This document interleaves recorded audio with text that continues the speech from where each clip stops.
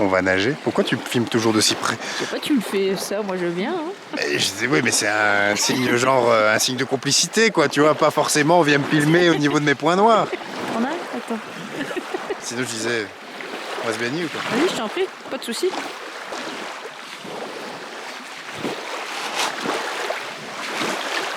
Non. Juste là, ou là-bas, hein. Petit indice sur la fraîcheur de l'eau quand même. Voilà. Elle est transparente. Ah oui, mais c'est pour ça qu'elle est transparente en fait. Oui, mais elle est belle, du coup, ça donne envie. Ah oui. Mais je viens de mettre ma main dedans. Mais oui, mais tu vois, ce qu'il y a là-bas, voilà, ça montre pourquoi elle est fraîche. Mais elle est pas dans l'eau. C'est mignon.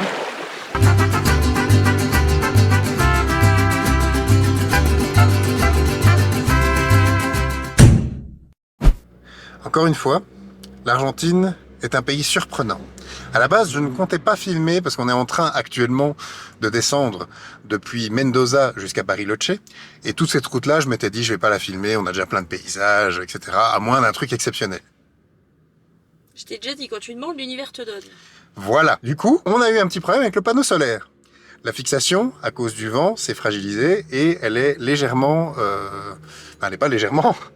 Elle s'est limite déchirée. Il y a un boulon qui s'est détaché à une des 4 fixations qui tient le panneau solaire. On ne sait pas pourquoi. On ne sait pas pourquoi parce que normalement il y avait effectivement une rondelle une rondelle Groer qui était censée tenir. Le boulon est tombé et donc le panneau a commencé à avoir du jeu. On était en train de manger et on l'a entendu. On a entendu un cling cling comme un truc qui tapait sur le toit. On s'est dit tiens c'est bizarre, c'est peut-être les câbles du panneau solaire mais on va quand même aller vérifier. Et en vérifiant, en fait, on a vu la pièce qui venait de tomber, donc les boulons, et ça faisait du jeu.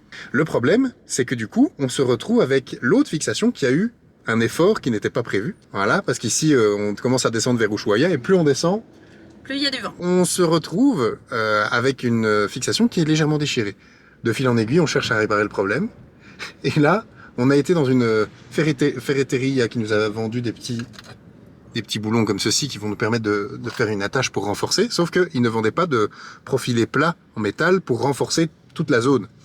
Et là, le gars téléphone à un de ses potes, et là, on est devant chez lui, et le mec trop gentil, il a commencé à fouiller partout, et il nous a dégoté. On a d'abord ça. Ça, qu'il a lui-même après retaillé, parce qu'évidemment c'était un angle, et il l'a taillé. En plus de ça, il a mis de la peinture pour éviter que ça s'oxyde. Il en a fait 2 autres en plus en se disant, voilà, au cas où vous en avez d'autres et vous savez faire avec. Donc les gens en Argentine sont beaucoup trop gentils. Le mec il nous connaît pas, hein? Non, on le connaissait pas il y a 2 minutes, hein, donc voilà. Là maintenant, il va falloir faire la réparation. Mais pour ça, il va falloir qu'on attende que le vent se calme. Bon, eh bien le principe ça va être de, ici, faire les trous qui vont permettre de faire passer à la fois ces 2 attaches-ci, mais également les 2 attaches qui sont sur le L là-bas, et le L de fixation, le changer de sens, puisque vu que c'est déchiré sur la partie supérieure, si on le retourne, on aura accès à une autre partie du panneau solaire qui, du coup, elle, n'est pas abîmée, cette partie-là, de ce côté-là plutôt que de ce côté-là, et alors mettre entre le L et le panneau solaire, venir mettre cette pièce de métal qui sera du coup un renfort et on l'espère sera suffisante. Il y a du vent donc on va, pour pouvoir faire les trous dans la partie du panneau solaire, on va avoir besoin de lever ce dernier. Il va falloir qu'on soit à 2, donc Hello, j'attends Hello. Quand Hello sera là, on va pouvoir détacher le panneau pour qu'il puisse pivoter et venir faire les trous. Mais avant tout ça, il faut faire toutes les marques, tout ça, enfin bref. Allez, c'est parti pour une petite partie en musique, rythmée, comme tu connais, toi-même tu sais.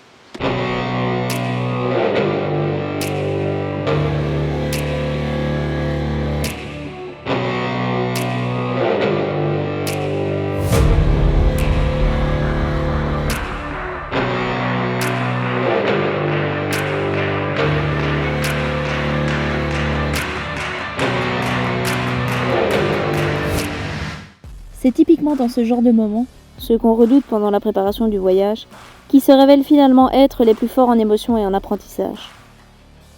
Ils sont les meilleurs professeurs pour s'adapter à l'imprévu. D'ailleurs...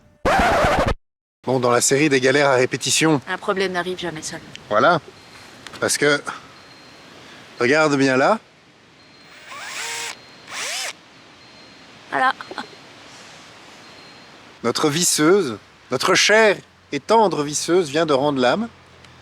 Donc il va nous falloir une nouvelle visseuse. Le truc c'est que faut voir avec le budget de ce mois-ci si on peut se le permettre. Et à défaut, demain matin, on va peut-être essayer de retourner chez Esteban qui nous a donné les plaques en métal. Parce qu'il a tout l'outillage qu'il faudrait pour faire ce petit travail. On va essayer de se permettre ça et d'un petit peu abuser de la générosité des Argentins. J'aime l'Argentine.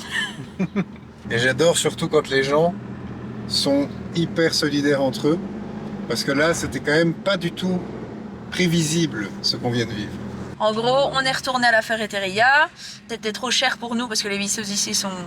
Enfin, en tout cas, dans les petites ferreterias sont trop chères. Mais du coup, le gars nous a dit « Ah, mais si vous voulez, mon magasin ferme à telle heure. Donc, si vous attendez jusque-là, bah, vous venez chez moi et on le fait ensemble. » Et à ce moment-là, il y a un gars qui rentre, qui en fait est prof à l'école technique juste à côté. Et du coup, le propriétaire de la ferreteria lui dit « Ah, mais tiens, tu tombes bien, tu vas pouvoir les aider. » Et du coup, le gars a dit « Ah, bah ouais, pas de souci, venez à mon école. » Du coup, on a été à l'école. Et on a réparé ça ensemble. Le petit plus, c'est que c'était du coup dans le hangar de l'école. Chauffé, où il y a la place pour mettre la camionnette. Moi, je dis, le destin voulait qu'on répare ça très sereinement, finalement. J'aime l'Argentine. Ouais, et puis franchement, les gens sont vraiment adorables ici. Enfin, je veux dire, le gars, il nous a aidés. Bon, après, il voyait qu'on gérait, donc en soi, je veux dire, il a tenu le panneau pendant qu'il était en train d'être comme ça, parce que fatalement, pour forer, j'ai dû mettre le panneau à 45 degrés, mais sans les fixations, donc on était là, et il a tenu le panneau d'un côté, et l'autre a tenu le panneau de l'autre, et moi je pouvais forer, c'était idéal. Génial. Parfait. L'Argentine, c'est parfait.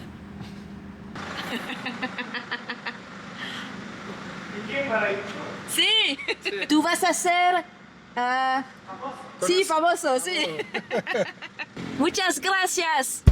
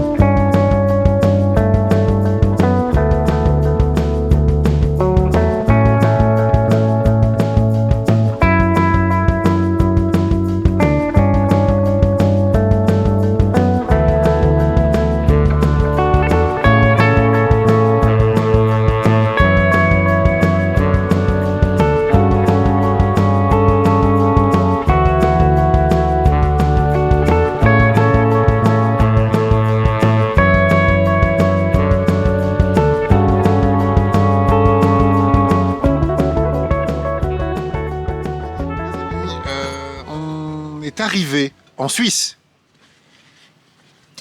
Il y a eu un délai de réaction, mais c'est bien, t'as adopté le rythme suisse pour réagir à ma blague. Non, mais je savais pas que t'attendais une réaction. Donc... Ah non, mais je me suis dit bienvenue en Suisse, puis 2 secondes, et puis ta réaction. Ah oui, non, mais ouais. Comme t'as laissé un blanc, je me suis dit ok, il attend une réaction. Oh, la spontanéité. Oh là là. Ouh. On vient d'arriver à San Martín de los Andes. Oui, il me semblait bien qu'il y avait une suite au nom. Franchement, les paysages ici sont déjà juste, encore une fois, l'Argentine nous surprend dans toute sa splendeur et sa diversité. Et là, on va être parti pour un moment balade dans les bois et autour des lacs et autre chose. Ça promet du paysage fabuleux dans cette vidéo, donc tu quittes pas et tu t'abonnes, tant qu'à faire. Allez, abonne-toi. Tu pars en Amérique, tu vas avoir chaud, nanana. Ça va aller, mon ami. J'ai remis des gants aujourd'hui. Mais c'est toi qui exagères aussi. Non, j'exagère pas, j'ai froid. Donc voilà, les gants. En même temps, ici, apparemment, c'est une station de ski. On a vu plein de trucs avec noté. Oui, c'est une station de ski, mais là, on est en été. Mais on est en été. On est en été. Bienvenue en Patagonie. J'avais dit qu'on était parti. On n'est toujours pas parti.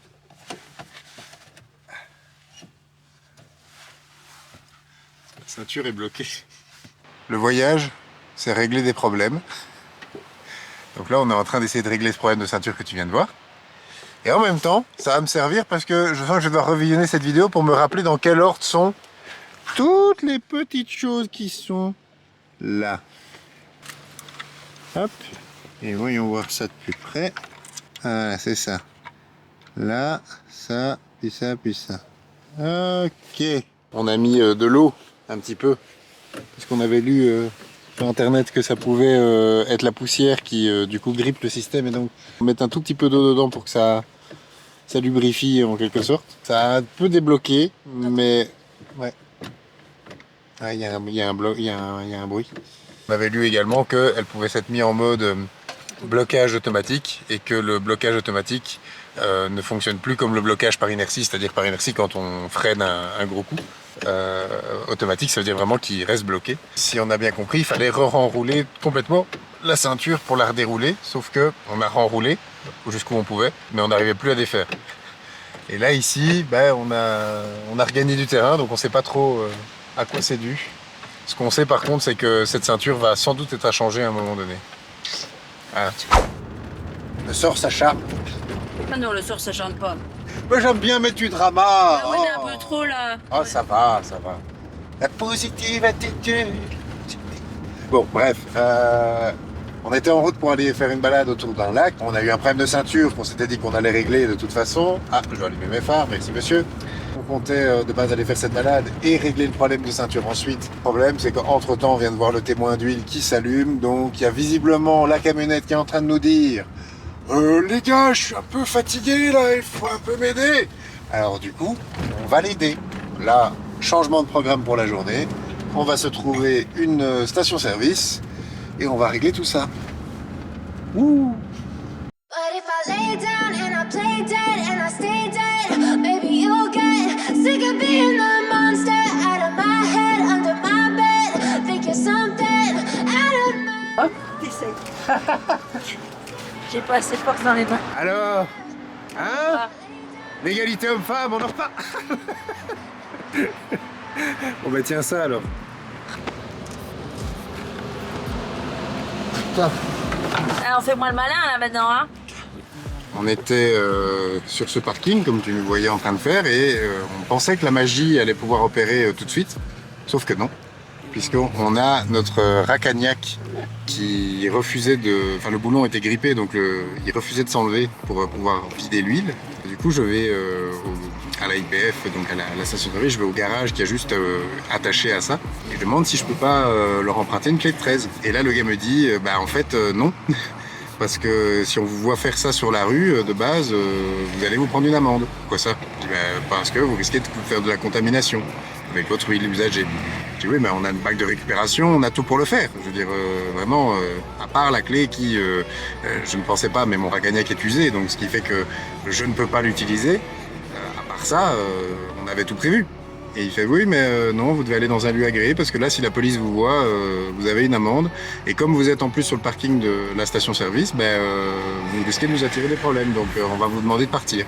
Bon, du coup, on est parti, pas de souci. Je ne veux pas attirer des problèmes à des gens qui n'ont rien fait. Mais là, pour le coup, on est dans une ville où on ne peut pas vraiment s'installer à l'aise pour pouvoir faire ça. Donc, on va devoir trouver un garage pour faire la vidange parce qu'elle est nécessaire.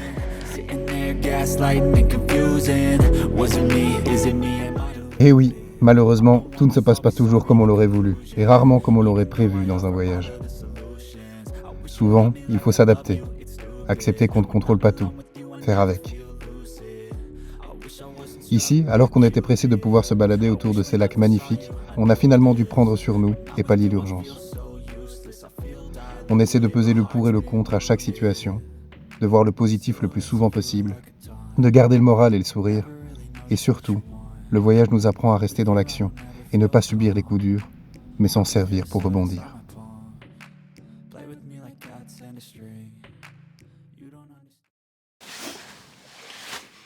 J'aimerais qu'on m'explique pourquoi, à part quelques beaux paysages, cette vidéo, ce ne sont que des problèmes techniques. Parce que là, je viens juste de refermer ma porte. Pourquoi le cache s'est enlevé? Il n'est pas lié au cache que j'ai chipoté ce matin. Qu'est-ce qui se passe? C'était mauvaise onde, Boubou. Je vais le remettre. Bah oui.